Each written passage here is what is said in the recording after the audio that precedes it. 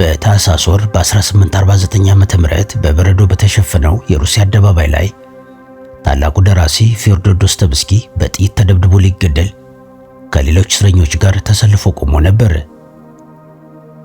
የሞት ፍርዱ ከመፈጸሙ በፊት በሕይወት ለመቆየት የተሰጠው 5 ደቂቃ ብቻ ነበር። ዶስቶቭስኪ ይህችን አጭር ጊዜ ለ3 ከፈላት።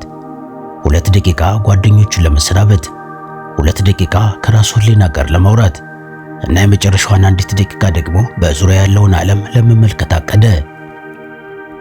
የመጀመሪያዎቹን 4 ደቂቃዎች በአግባቡ ከተጠቀመ በኋላ የመጨረሻዋ 1 ደቂቃ ቀረችው። በዛች የመጨረሻዋ ደቂቃ ዙሪያውን ሲያማትር በርቀት ቤተክርስቲያን ጉልላት ላይ የምታንጸባርቀውን የፀሐይ ብርሃን ሲመለከት ያቺ 60 ሰከንድ ለሱ ልክ እንደ አንድ ሙሉ ዘመን ወይም ዘላለማዊ ሆና ታየችው።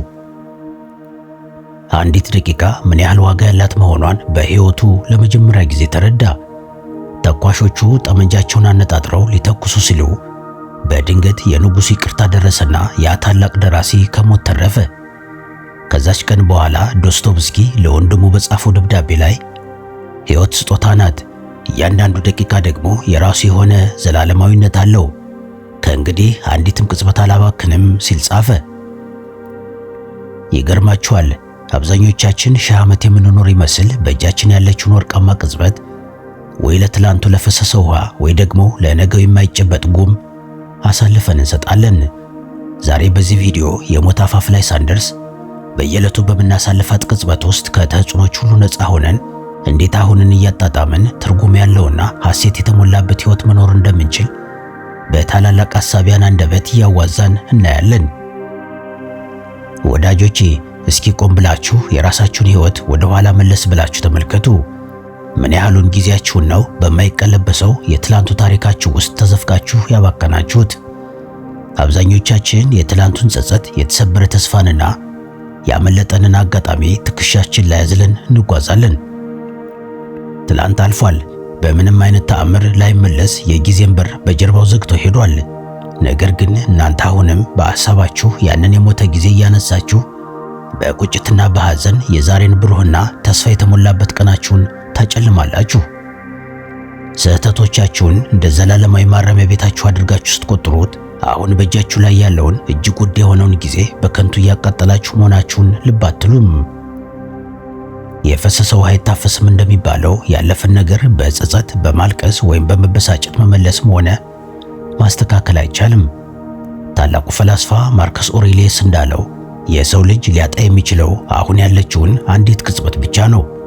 ምክንያቱም ያለፈው ከእጁ ወጥቷል፣ የሚመጣው ደግሞ ግን አልደረሰም። ስለዚህ እናንተም ይህንን እውነት ተገንዝባችሁ የትላንቱን መራር ትዝታ ከውስጣችሁ በማውጣት አሁን ላይ ሙሉ በሙሉ መገኘት ልትለማመዱ ይገባል። ዛሬን በአዲስ መንፈስና በሙሉ ኃይል ለመጀመር ትላንትን በይቅርታ ማሰናበት የግድ ይላቸዋል። በሌላ በኩል ደግሞ ስንቶቻችንን ገና ላልተወለደው ነገ ስንጨነቅ፣ ስንጠበብና ስንፈራ የዛሬን ጣፋጭ ደስታ የምናጣው? ነገ ምን እበላለሁ፣ ነገ ምን እለብሳለሁ፣ የነገው ሕይወቴ ምን ይመስል ይሆን እያላችሁ ራሳችሁን ስትረብሹ አሁን እየኖራችሁት ያለውን ውብና ድንቅ ሕይወት ትዘነጋላችሁ። መጪው ጊዜ ሁልጊዜም በእንቆቅልሽ የተሞላ ያልታወቀና ሙሉ በሙሉ በእኛ ቁጥጥር ስር ያልሆነ አዲስ ምዕራፍ ነው። እናንተ ግን ይህንን ያልተጨበጠ ጉም ለመያዝ ስታትሩ በእጃችሁ ያለውን እውነተኛ ወርቅ መሬት ላይ ትጥሉታላችሁ። ብዙ ጊዜ ሕይወት ማለት ወደፊት የምንደርስበት የሆነ የተለየ የምቾት ጣቢያ ይመስልናል። ትምህርቴን ስጨርስ ደስተኛ ሆናለሁ፣ ትልቅ ቤት ስሰራ አርፌ እቀመጣለሁ፣ ትዳር ሲይዝ ሙሉ ሰው ሆናለሁ እያልን ደስታችንን ሁሌም ወደፊት ለሌላ ጊዜ እናራዝማለን። ነገር ግን ያ የተመኘነው ነገ በውን ሲመጣ የራሱን አዲስ ምኞትና አዲስ ጭንቀት ይዞ ይመጣል እንጂ ጠብቀነው የነበረውን እውነተኛውን እርካታ ላያመጣልን ይችላል። ምክንያቱም እውነተኛው ሕይወት የሚገኘው በየቀኑ በምናደርገው ጉዞ ላይ እንጂ በመጨረሻው መዳረሻ ላይ አይደለም። የወደፊቱን ጊዜ ማቀድና ማሰብ ጥሩ ቢሆንም በነገው ጭንቀት የዛሬን ሰላም ማጣት ግን እጅግ ትልቅ ኪሳራ ነው። ስለዚህ አእምሯችሁን ከማያቋርጥ የወደፊት ስጋት ነፃ አውጥታችሁ ዛሬን፣ አሁንን፣ ይህንን ቅጽበት ባላችሁ ነገር ላይ በሙሉ ልባችሁ ኖሩት። የአሁኗ ቅጽበት ይህች አሁን የምትተነፍሷት አየር፣ አይኖቻችሁ የሚያዩት ብርሃን እና ልባችሁ አሁን የሚመታው ምት ይህ ብቻ ነው በእጃችሁ ያለው እውነተኛውና የማይካደው ሀብት። ከዚህ ውጭ ያለው ሌላው ነገር ሁሉ ወይ ያለፈ ትዝታ ነው ወይ ደግሞ ገና ያልደረስንበት ህልም። እናንተ በዚህ ቅጽበት ውስጥ ሙሉ በሙሉ ስትገኙ ካለፈውም ሆነ ከወደፊቱ የሐሳብ ተጽዕኖዎች ሁሉ ነፃ ትሆናላችሁ። አሁንን መኖር ማለት በዙሪያችሁ ላለው እያንዳንዱ ነገር ጥልቅና ንቁ ትኩረት መስጠት ማለት ነው። ውሃ ስትጠጡ የውሃው ቅዝቃዜ በጉሮሯችሁ ሲወርድ ማጣጣም፣ ከሰዎች ጋር ስታወሩ ሙሉ ልባችሁን፣ አይናችሁንና ጆሮአችሁን መስጠት፣ መንገድ ላይ ስትሄዱ ደግሞ የእያንዳንዱን እርምጃችሁን ስሜት ማስተዋል ነው። ይህ በመሰረቱ ቀላል የሚመስል ነገር ግን በተግባር እጅግ ከባድ የሆነ የትኩረት ልምምድ ወደር የሌለው ውስጣዊ ሰላምንና መረጋጋትን ይሰጣችኋል። ጥንታዊ የዜን ፍልስፍና እንደሚያስተምረን ማንኛውም ተራ የሚመስል የዕለት ከዕለት ተግባር በሙሉ ትኩረትና መንፈሳዊ ንቃት ከተከናወነ ወደ ላቅና ጥልቅ የሆነ ማንነት ይቀየራል። ጭንቀትና ፍርሃት በውስጣችን የሚፈጠሩት አእምሯችን ከአሁን ቅጽበት ወጥቶ ወደ ኋላ ወይ ደግሞ ወደፊት ሲቅበዘብዝ ብቻ ነው።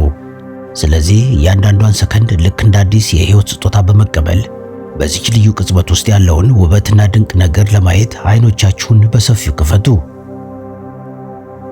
አብዛኛውን ጊዜ በህይወታችን ውስጥ የምናልፋቸውና ትኩረት የማንሰጣቸው ትንንሽ የሚመስሉ ነገሮች በእርግጥም የህይወታችን ትላልቅ መሰረቶችና የደስታ ምንጮች ሊሆኑ ይችላሉ። ታላቁ ደራሲ ዶስቶቭስኪ በሞት አፋፍ ላይ ሆኖ በዛች የመጨረሻዋ ደቂቃ ላይ ሲደርስ ያየው ያችን በቤተ ክርስቲያኑ ጉልላት ላይ የምታንጸባርቅ የፀሐይ ብርሃን ነበር። ያቺ ተራ የምትመስል የብርሃን ጸዳል ለሱ የህይወት ሁሉ ትርጉም ሆና ዘላለማዊነትን አሳይተው አለፈች። እናንተስ በዕለት ከዕለት ህይወታችሁ ስንት ድንቅ ነገሮችን፣ ስንት ውብ ተፈጥሮዎችን እያያችሁ እንዳላያችሁ በቸልታ ታልፋላችሁ? አብዛኞቻችን በሩጫ በማያበራ የሥራ ውጥረትና ማብቂያ በሌለው የሀብት ማሳደድ ውስጥ ተዘፍቀን እነዚህን ሁሉ ውብ የህይወት ገጽታዎች እናጣቸዋለን። ህይወት ማለት በሜካኒካል መንገድ ትንፋሽ መውሰድና ማስወጣት ብቻ ሳትሆን ያንን ትንፋሽ በስሜት ማጣጣም ጭምር መሆኗን መዘንጋት የለብንም። አንዳንዴ በህይወት ወከባ ውስጥ ስትሆኑና ጭንቀት ሲሰማችሁ ቆም ብላችሁ አካባቢያችሁን በጥልቀት ብታስተውሉ ዓለም በምን ያህል ድንቅና አስገራሚ ነገሮች እንደተሞላች ስታዩ በእጅጉ ትገረማላችሁ።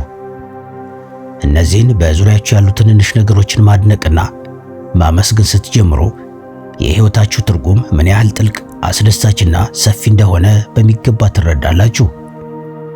በነገራችን ላይ አሁንን መኖር ስንል ብዙ ሰዎች አሁን ላይ ማተኮር ወይም ማይንድፉልነስ ማለት ከእውነታው መሸሽ፣ ስሜትን መደበቅና ምንም እንዳልተፈጠረ የውሸት ደስታን መፍጠር ይመስላቸዋል። ይህ ግን እጅግ በጣም የተሳሳተ አመለካከት ነው። በዚች ምድር የህይወት ጎዳና ላይ ስንጓዝ ፈተናዎች፣ ልብ የሚሰብሩ ሐዘኖች፣ አቅም የሚያሳጡ ብስጭቶችና ከባድ ህመሞች ማጋጠማቸው በፍጹም የማይቀር የሰው ልጅ የተፈጥሮ ህግ ነው።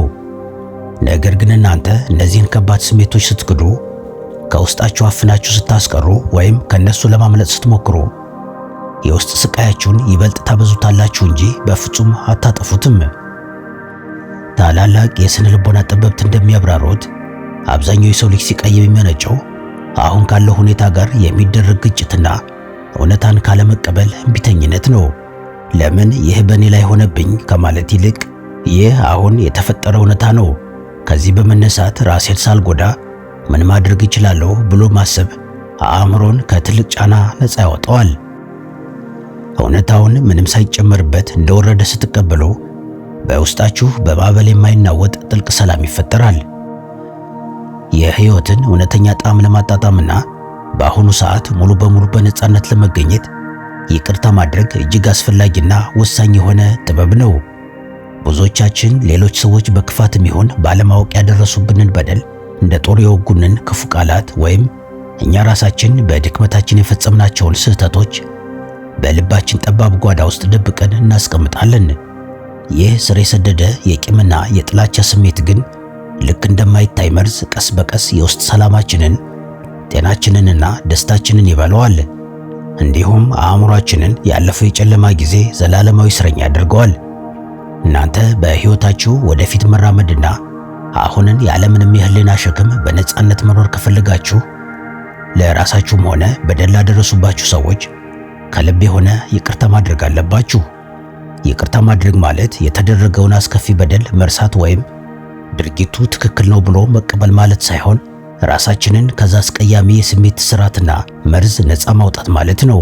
ቂምንና ጥላቻን በልብ አዝሎ መጓዝ ትልቅ ድንጋይ ተሸክሞ ተራራ ለመውጣት እንደመሞከር እጅግ ከባድ፣ የሚያደክምና ተስፋ የሚያስቆርጥ ነው። ያንን የቂም ሸክም ስታራግፉ ነፍሳችሁ ምን ያህል ነፃ እንደምትሆን፣ አእምሯችሁ ደግሞ ምን ያህል እንደሚያርፍ እና ዙሪያችሁ ያለው ዓለም ምን ያህል ብሩህ ሆኖ እንደሚታያችሁ በእርግጠኝነት ትረዳላችሁ። ይቅርታ የደካሞች ሳይሆን የውስጥ ጥንካሬ ያላቸው የአሸናፊዎች መሳሪያ ነው። እናንተም ይህንን መሳሪያ ታጥቃችሁ የሕይወታችሁን አዳዲስና ቆንጆ ገጾች ዛሬውኑ መጻፍ ጀምሩ። የሰው ልጅ በዚች ምድር ላይ ያለው ጊዜ የተገደበና የማያዳግም መሆኑን ማሰብ ብዙ ጊዜ በፍርሃትና በድንጋጤ እንድንዋጥ ያደርገናል። ሞት የሚለውን ቃል መስማት አብዛኛውን ሰው ይረብሸዋል። ነገር ግን የጥንት የስቶይክ ፈላስፎች ሞትን አስብ የሚለውን የሕይወት መርህ በየዕለቱ ይጠቀሙት የነበረው ለሕይወት ትልቅ ዋጋ ለመስጠትና በትክክል ለመኖር ነበር። ዶስቶቭስኪ የሞት ቀዝቃዛ እስትንፋስ ፊቱ ላይ ሲያርፍ እና ከሞት ጋር ፊት ለፊት ሲጋፈጥ ነው የሕይወትን እውነተኛ ጣዕም፣ ውበትና የአንዲት ደቂቃን ዘላለማዊነት በሚገባ የተረዳው። እናንተስ የራሳችሁ ውድ ሕይወት ዛሬ፣ ነገ ወይም በማንኛውም ያልታሰበ ሰዓት ላይ ሊያበቃ እንደሚችል አውቃችሁ የምትኖሩትን እያንዳንዱን ቀን እንደ መጨረሻ ቀናችሁ አድርጋችሁ ብትቆጥሩት ምን ያህል አኗኗራችሁ፣ ከሰዎች ጋር ያላችሁ ግንኙነትና አመለካከታችሁ ይቀየር ይሆን? በእርግጥም በዚህ ምድር ላይ ያለን ጊዜ እጅግ አጭር መሆኑን ስንገነዘብ በማይረቡ ቃላት፣ በጠብ፣ በሐሜትና በጥቃቅን ክርክሮች ጊዜያችንን አናጠፋም። የምንወዳቸውን ሰዎች ምን ያህል እንደምንወዳቸው ለመንገርና ለማፍቀር በፍጹም አናመነታም። እንዲሁም በውስጣችን ያለውን ህልም እውን ለማድረግ ወደ ኋላ አንልም። ሞትን በድፍረት መገንዘብ ሕይወትን በከፍተኛ ንቃት፣ በጥልቅና እውነተኛ ፍቅር እንዲሁም ያለምንም ጸጸት እንድንኖር የሚገፋፋን እጅግ ኃይለኛ ሞተር ነው። ስለዚህ በእጃችሁ ያለችውን እያንዳንዷን አዲስ የሕይወት ቅጽበት ዳግም እንደማትገኝ ውድ ስጦታ በጥንቃቄ ተጠቀሙባት። ወዳጆቼ፣ ሕይወት እጅግ አጭርና በማይታወቁ ክስተቶች የተሞላች ብትሆንም በአግባቡ ከተጠቀምንባት ግን እጅግ በቂ፣ አስደሳችና ድንቅ ስጦታ ናት። የዶስቶቭስኪ ልብ የሚነካ ታሪክ የሚያስተምረን ትልቁ ቁም ነገር የሕይወትን ትርጉም ለመረዳት፣ ለመለወጥና ሕይወትን በአዲስ መልክ ለመጀመር የግድ የሞት አፋፍ ላይ መድረስ እንደሌለብን ነው። እናንተ አሁን ይህንን ድምፅ እየሰማችሁ ባላችሁበት በዚህ ሰዓት፣ በዚህ ቅጽበት አዲስ ምርጫ የማድረግና ታሪካችሁን የመቀየር ሙሉ ስልጣን በእጃችሁ ላይ አለ። የተሰበረውን ትላንትን በትዝታው መቃብር ውስጥ ትታችሁ ገና ያልተፈጠረውን ነገንም ለፈጣሪ አደራ ሰጥታችሁ ዛሬን፣ አሁንን ሙሉ በሙሉ ልትኖሩት ይገባል። ራሳችሁን ከማያስፈልግ የሐሳብና የጭንቀት ስራት ፍቱ። በዙሪያችሁ ያለውን የተፈጥሮና የሰዎች ውበት አድንቁ። ለቤተሰቦቻችሁና ለወዳጆቻችሁ ፍቅራችሁን በሚገባ ገለጹ እና እያንዳንዱን ወደ ውስጥ የምትስቡትን እስትንፋስ በምስጋና ተቀበሉ። ይህች አሁን ያላችሁበት አንዲት ደቂቃ በምንም አይነት የዓለም ሀብትና ዋጋ ልትገዛ የማትችል ዘላለማዊ ውድና ብቸኛ ሀብታችሁ ናት። እንግዲህ ምርጫው የእናንተና የእናንተው ብቻ ነው። እንደተለመደው በሐሳብ ባህር ውስጥ እየዋኛችሁና በማይጠቅም ጭንቀት ተወጥራችሁ ይህችን ወርቃማ ጊዜ ማባከን ወይም ነቅታችሁና አስተውላችሁ የሕይወትን ጣዕም በሙሉ ልባችሁ ማጣጣም። ከዛሬና ከአሁን ጀምሮ ሕይወታችሁን በንቃት ለመምራትና እያንዳንዷን አዲስ ቅጽበት ወደር እንደሌለው ታላቅ ስጦታ አድርጋችሁ ለመቀበል ዝግጁ ከሆናችሁ በሐሳብ መስጫው ወይም በኮሜንት ስር በእጄ ላይ ያለችዋን አሁንን በሚገባ ለመኖር ዝግጁ ነኝ ብላችሁ ጻፉ። አበቃው።